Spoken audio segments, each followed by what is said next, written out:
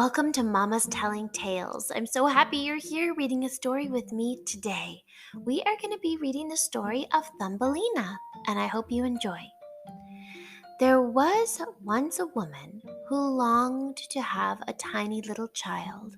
An old witch gave her a barley corn to plant, which grew into a large stem with a strikingly brightly colored bud, rather like a closed tulip. The woman kissed its red and yellow petals, and the bud opened, and in the middle sat a tiny girl, no taller than a thumb. So the woman called her Thumbelina. Thumbelina was enchanting. She was dainty and beautiful, and when she sang, she had the sweetest voice you had ever heard. In the daytime, she liked to float on a dish of water in a tulip petal boat and paddle back and forth. At night, she slept in a bed made of a polished walnut shell with a rose petal quilt.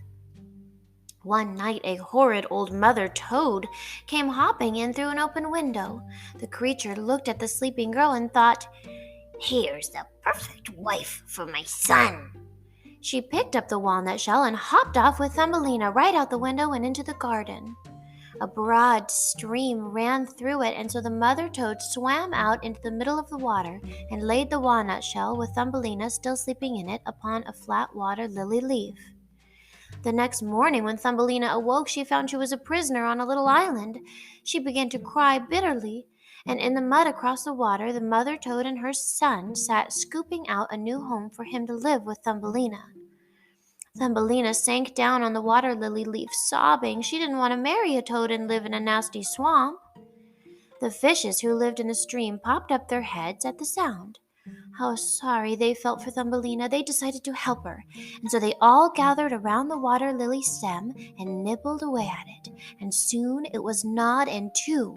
Away went the leaf and swept off down the stream.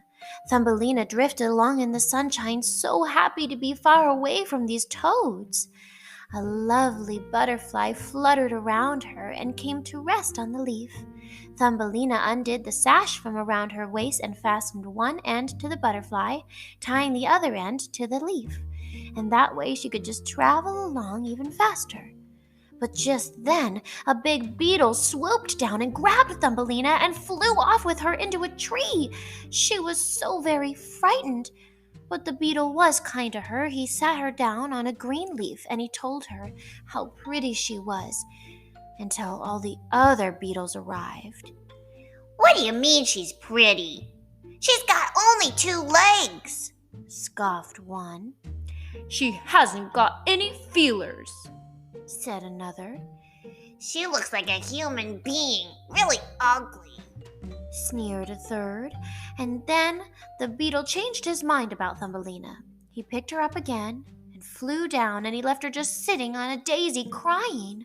All summer long, poor Thumbelina lived alone in the woods. She wove herself a hammock of grass beneath a big burdock leaf for shelter. She ate honey from the flowers, and she drank the morning dew. But then winter came. Snow began to fall, and Thumbelina shivered with cold.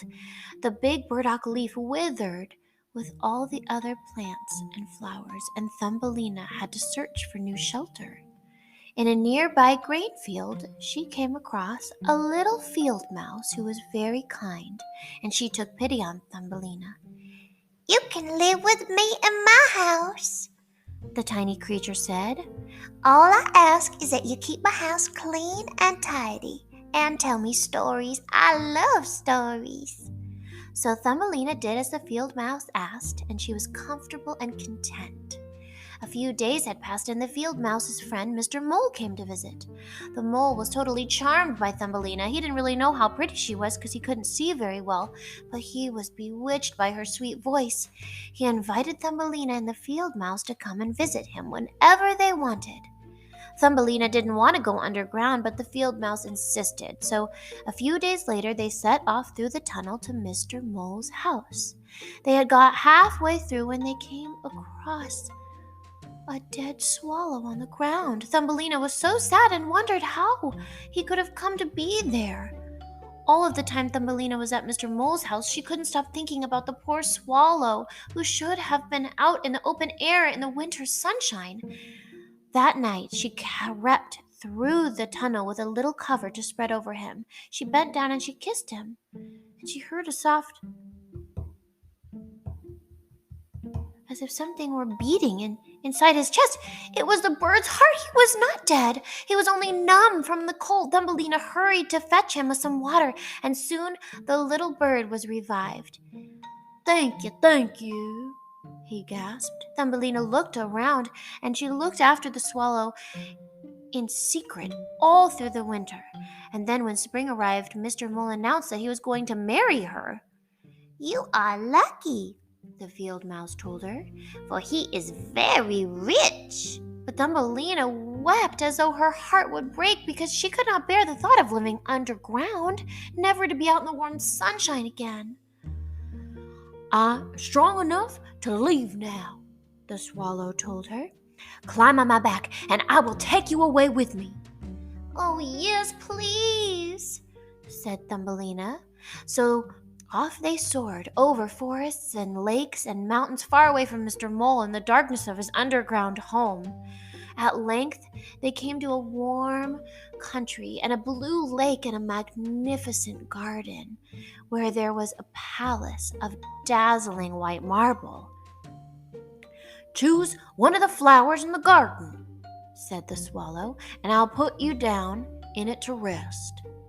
Thumbelina chose one of the loveliest large white flowers, and to her surprise, in the very center of it there was a little man with bright shining wings, wearing a golden crown. He was the spirit of the flower. There is a spirit living in every flower, but he was the king of them all. Thumbelina and the Flower King fell in love with each other at once. They were soon married, and the best wedding gift was a pair of wings for Thumbelina, so she could flutter from flower to flower, just like her husband. Everyone rejoiced, especially the swallow. I hope you enjoyed our story today, and I hope you'll come and check out more stories with me soon. Okay, bye.